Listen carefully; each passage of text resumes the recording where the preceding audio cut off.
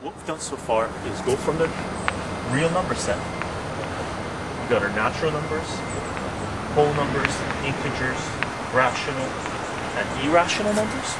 What we're going to do is move over to the exponents. Right? So what we're going to do is we're going to take everything that we learned in the real number set and move over to the exponents. We've already talked about the subsections in the exponents. Now what we're going to do is bring over addition, subtraction, multiplication, and division, and see how the operations in the rational number set apply to the exponents. Now, obviously, well, actually not obviously, sometimes it's easier to do multiplication, division, sometimes it's easier to do subtraction, addition. Right now, what we're going to talk about, we're going to deal with subtraction, addition is basically the same thing. We're going to group those things together, and we're going to group multiplication and division together. So let's go over and talk about adding things that are to the exponent and see where that goes, how that works, okay?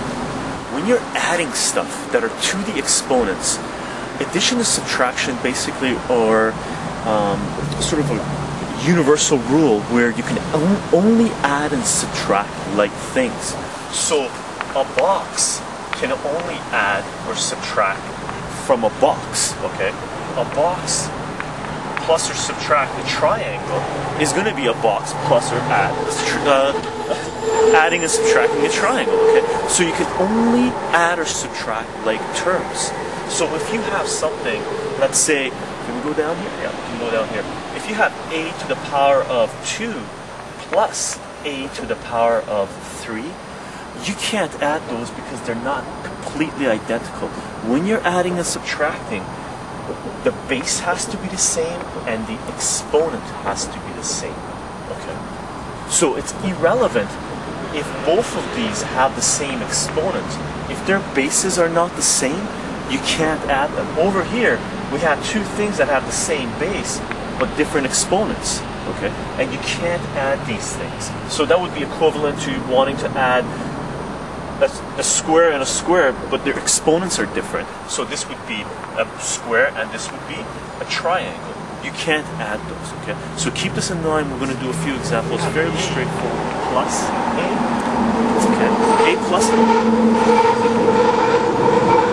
2a. If you have 2a plus 3a, let's put squared there. 2a squared plus 3a squared. Now, they're exactly the same thing. So it doesn't make a difference what's in the box. As long as the boxes are identical, you can add them. So 2 boxes plus 3 boxes is 5 boxes. And what's the box we're talking about is a squared. So a squared. And this continues on. As long as they're completely identical, you can add them. So when you're combining things, both the base and the exponent have to be identical. So if I gave you something like this, a squared times b plus a squared, you can add these because multiplication, these two things are multiplied together. So this supersedes this, the addition part anyway. So the answer to this would just be a squared b plus a squared. So this would just be a squared b plus a squared. It doesn't reduce anything. Okay? So when you're adding or subtracting, they have to be identical. It doesn't make a difference what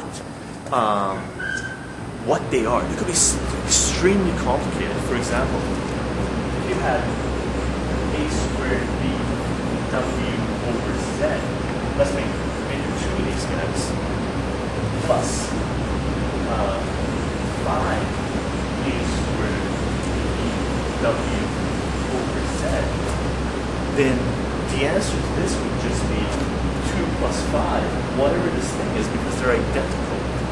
Okay? So it doesn't make a difference what it is that you're adding, as long as there's no difference between them. For example, if this was a power 2 and that's a power 1, you couldn't add them because that wouldn't work out.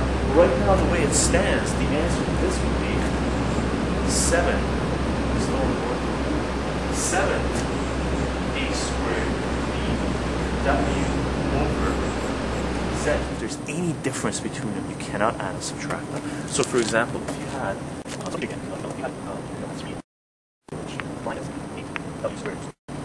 Now, those two things you can add because the term here is identical. They're identical to each other. So the answer to this would just be 3 minus 8, which is negative 5. So this would be negative 5 w squared, square root of z over q. Okay. I hope that's pretty clear where if there's any differences between these two guys, you can't add or subtract them. So for example, if this was w squared z square root of z q squared, if this was a q squared, then you couldn't add those. That wouldn't be the answer. Okay. This is super important because let's kill this. This is super important because once you get into radicals, with radicals you can only add and subtract. You can only add and subtract like terms as well. So, for example, if you had powers just like this, if you had 3 square root of 5 minus 8 square root of 5, then the answer to this is negative 5 square root of 5 because it's just 3 minus 8, right? If there's any difference between these radicals, you can't add or subtract. So for example, if you had 3 square root of 5 minus 8 cube root of 5, then you're stuck. You can't do anything with this. The answer to this would just be itself. 3 square root of 5 minus 8 cube root of 5. Mixed radicals, adding and subtracting mixed radicals. So you could have something like, let's just stick with 2 square root 8. 2 square root 8. And then let's go minus 5 square root 32. Okay, that's on that. That's on that. Now 2 square root 8, we just did this, but it would be 2, 2, 2. Pair them up, they come out as singles, there's a 2 waiting for them, so it multiplies the 2, it becomes 4 square root 2 minus 32 is 5 2's multiplied together. It's 4 times 8, 4 breaks down to 2, 2, and 8 breaks down to 8, 2, 2, 2, 2. So it becomes 2, 2, 2, 2, 2. Square root means bring out those 2 2's as a single 2, bring out those 2 2's as a single 2. So 2 times 2 is 4, it comes out as a 4, basically, because those 2 come out as a 2, those 2 come out as a 2. What's waiting for them is a 5, so 4 times 5 is 20. Square root 2. Now, because these things are exactly the same, you can combine your like terms. So 4 minus 20, 4 root 2 minus 20 root 2 is just 4 minus 20. 4 of this minus 20, that's the same thing. So it just becomes negative 16 square root 2. Okay? And that just means it's a negative number.